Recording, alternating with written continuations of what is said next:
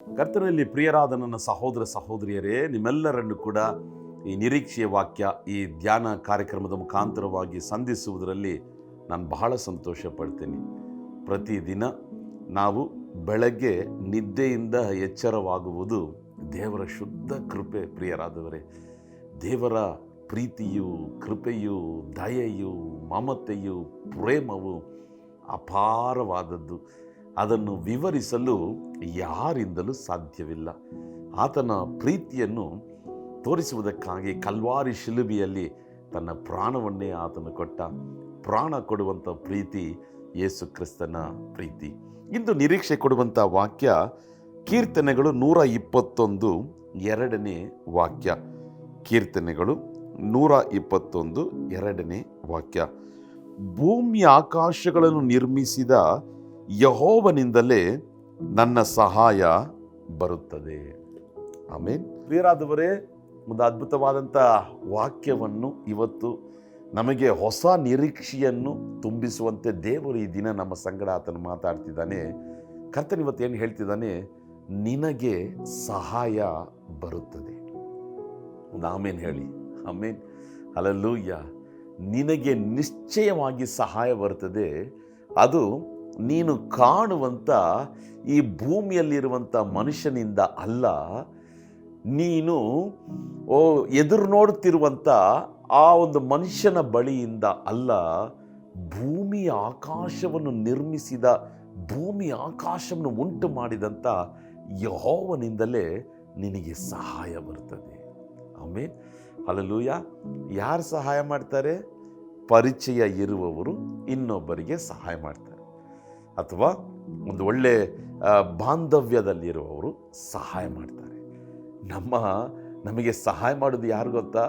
ಪರಲೋಕದಲ್ಲಿ ಕುಳಿತಿರುವಂಥ ದೇವರು ಮಾತ್ರನಲ್ಲ, ಒಡೆಯನು ಮಾತ್ರ ಅಲ್ಲ, ನಮ್ಮಪ್ಪ.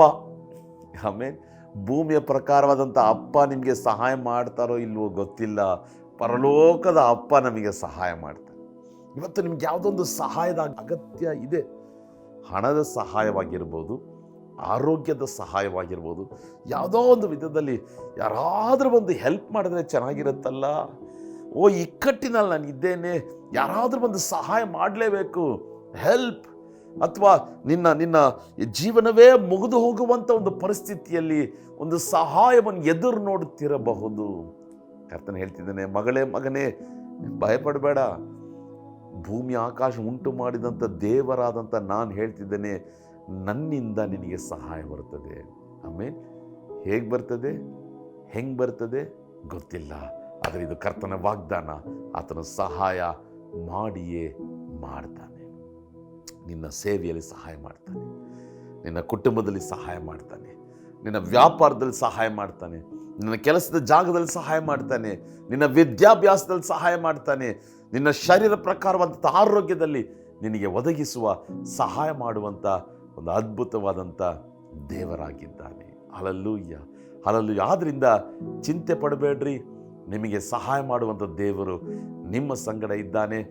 ಆತನೇ ವಾಗ್ದಾನ ಕೊಡ್ತಿದ್ದಾನೆ, ನಿನಗೆ ಸಹಾಯ ಬರುವುದು ಒಂದು ಕಲ್ಲಿನಿಂದ, ಮಣ್ಣಿನಿಂದ, ಮರದಿಂದ ಅಲ್ಲ, ನೀರಿನಿಂದ, ಸಮುದ್ರದಿಂದ ಅಲ್ಲ, ಪಕ್ಷಿಗಳಿಂದ, ಸೂರ್ಯನಿಂದ, ಚಂದ್ರನಿಂದ ಅಲ್ಲ, ನಕ್ಷತ್ರಗಳಿಂದ ಅಲ್ಲ, ಮನುಷ್ಯರಿಂದ ಅಲ್ಲ.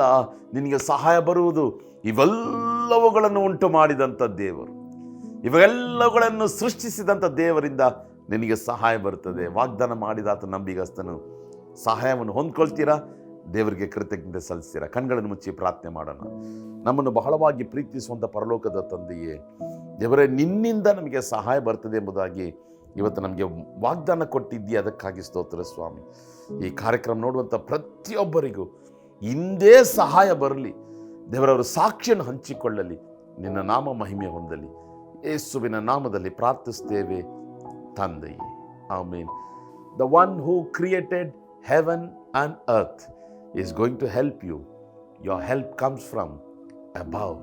God bless you. Amen. Have a blessed day. Amen.